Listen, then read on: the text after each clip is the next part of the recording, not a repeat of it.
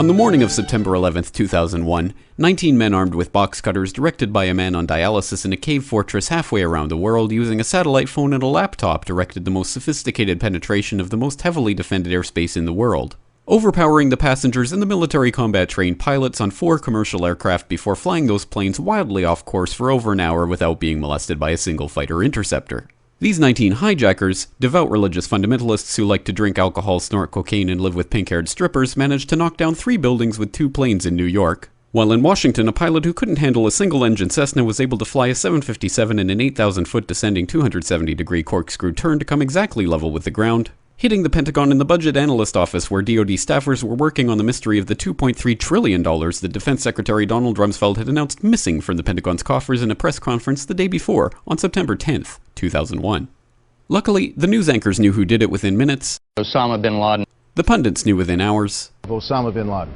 The administration knew within the day. Terrorists who committed these acts and those who harbor them. And the evidence literally fell into the FBI's lap. That a hijacker's passport was found blocks from the World Trade Center crash site, if you can believe that. But for some reason, a bunch of crazy conspiracy theorists demanded an investigation into the greatest attack on American soil in history. That investigation was delayed, underfunded, set up to fail, a conflict of interest, and a cover-up from start to finish. It was based on testimony extracted through torture, the records of which were destroyed. It failed to mention the existence of WTC-7, Able Danger, P-TECH, Sibel Edmonds, OBL and the CIA, and the drills of hijacked aircraft being flown into buildings that were being simulated at the precise same time that those events were actually happening.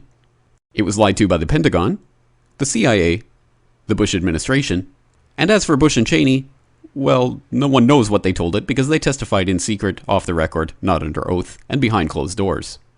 It didn't bother to look at who funded the attacks because that question is ultimately of little practical significance. Still, the 9/11 Commission did brilliantly answering all of the questions the public had, except most of the victims' family members' questions, and pinned blame on all the people responsible, although no one so much as lost their job, determining the attacks were failure of imagination. Because nobody in our government, at least, and I don't think the prior government that could envision flying airplanes into buildings. Except the Pentagon, FEMA, NORAD, and the NRO. The DIA destroyed 2.5 terabytes of data on Able Danger, but that's okay because it probably wasn't important. The SEC destroyed their records on the investigation into the insider trading before the attacks, but that's okay because destroying the records of the largest investigation in SEC history is just part of routine record keeping. NIST has classified the data that they used for their model of WTC-7's collapse, but that's okay because knowing how they made their model of the collapse would jeopardize public safety. The FBI has argued that all material related to their investigation of 9/11 should be kept secret from the public, but that's okay because the FBI probably has nothing to hide. This man never existed, nor is anything he had to say worthy of your attention, and if you say otherwise, you are a paranoid conspiracy theorist and deserve to be shunned by all of humanity. Likewise him, and her. And her, and her, and him. Osama bin Laden lived in a cave fortress in the hills of Afghanistan, but somehow got away. Then he was hiding out in Tora Bora, but somehow got away. Then he lived in Abbottabad for years, taunting the most comprehensive intelligence dragnet employing the most sophisticated technology in the history of the world for a decade, releasing video after video with complete impunity and getting younger and younger as he did so, before finally being found in a daring SEAL team raid which wasn't recorded on video, in which he didn't resist or use his wife as a human shield, and in which these crack Special Forces operatives panicked and killed this unarmed man, supposedly the best source of intelligence about those dastardly terrorists on the entire planet.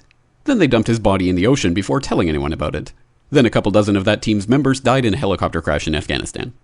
This is the story of 9/11, brought to you by the media which told you the hard truths about his head could be seen to move violently forward.